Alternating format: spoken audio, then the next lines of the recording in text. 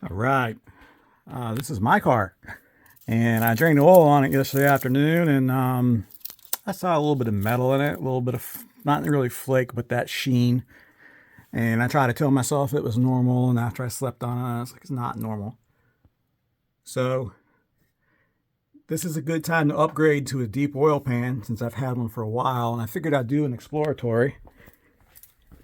So here's the pan. I haven't wiped it out. It's a powder coated pan, which I don't powder coat the inside anymore. It's relatively clean. The camera doesn't show it very well, but there's still a little bit of that sheen in there. So I'm just asking myself, is it from the cam sensor? Is it from the bearings? Engine makes excellent oil pressure. There's the pickup screen. Another item of note, after I went to a ball bearing turbo, my oil pressure went up. This is a 93 an alky car. So sometimes the alky detonates and we don't see it. So here we are. Okay, these bearings actually kind of look like crap. Call it like I see it. I'm going to assume this is from Crankflex. You can see the detonation. You can see stuff moving around. This is a 109. They're tight in the caps. And if you look at the journals look minty. So that's the reason I like to run a P bearing or a softer bearing. So I can take these bearings and I can swap some new bearings in there and mic them and maybe open them up a little bit since this engine has such good oil pressure. Here's the rods. Here's number 5. You can still see my dial bore marks down there. And that's kind of what I expect. That's where the power is right there. That looks like it's got some crap embedded in it. Pretty normal. So maybe it's not as bad as I thought. And again, I'm going to sleep on this, and I will probably throw some new rods and mains in it, except for the rear main.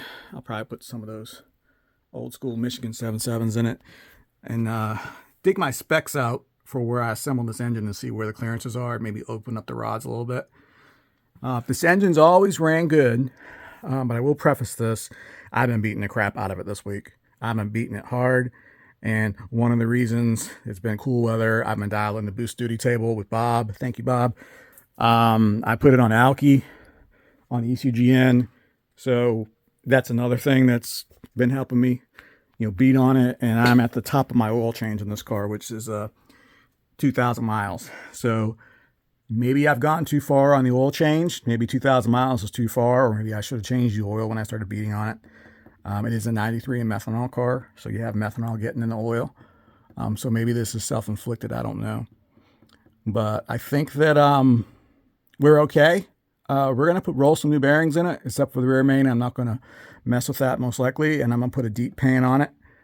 I got one in Bowling Green and it's itching to go on, so this is a good excuse. And I'm going to put it back together and probably send it off to the body shop next week and get a few fenders repainted because I ran into it with something this summer and got it messed up. So did a little bit of work. So we'll see. This engine has always made 30, 35 pounds of oil pressure on 10W30. It's always had 60 plus at wide open throttle. It's it's been a noisy roller motor. It's a 210 DLS cam, long rod stroker, Ross piston, about 9.5 to 1. But it's been a good combo. And, these, I'm not seeing a lot of detonation on the logs. So that's maybe just from it moving around. Because I'm not the guy that races. I build them for the guys that race, but I don't really tune them. So I'm just going to put it back together and put some new bearings in it and be cautious of it and change my oil a little more frequently.